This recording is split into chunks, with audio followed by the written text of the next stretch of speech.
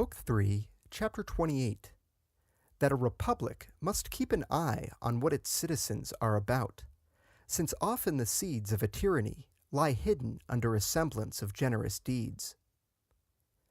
The granaries of Rome not sufficing to meet a famine with which the city was visited, a certain Spurius Malleus, a very wealthy citizen for these days, privately laid in a supply of corn wherewith to feed the people at his own expense, gaining thereby such general favor with the commons, that the Senate, apprehending that his bounty might have dangerous consequences, in order to crush him before he grew too powerful, appointed a dictator to deal with him, and caused him to be put to death.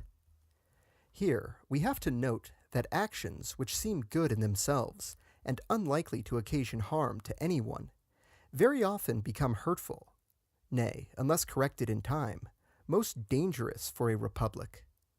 And to treat the matter with greater fullness, I say, that while a republic can never maintain itself long, or manage its affairs to advantage, without citizens of good reputation, on the other hand, the credit enjoyed by particular citizens often leads to the establishment of a tyranny.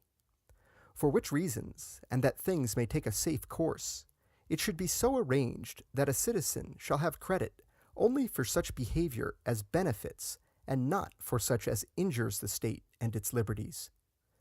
We must, therefore, examine by what ways credit is acquired. These, briefly, are two: public or secret. Public, when a citizen gains a great name by advising well, or by acting still better for the common advantage. To credit of this sort we should open a wide door, holding out rewards both for good counsels and for good actions, so that he who renders such services may be at once honored and satisfied.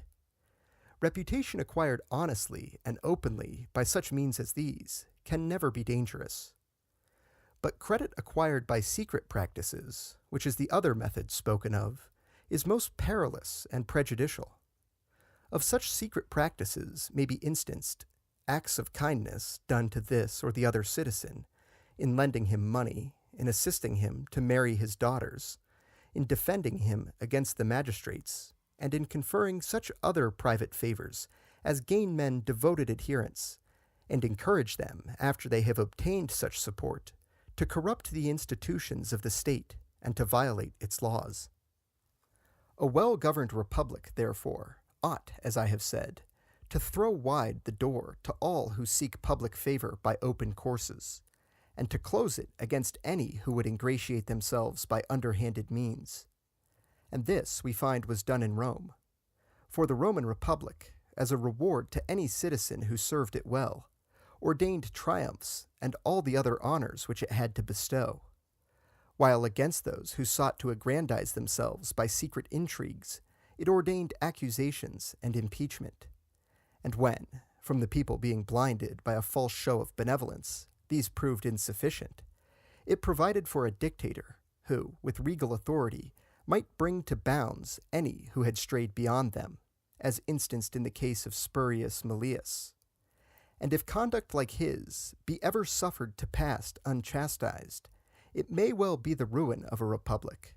For men, when they have such examples set them, are not easily led back into the right path.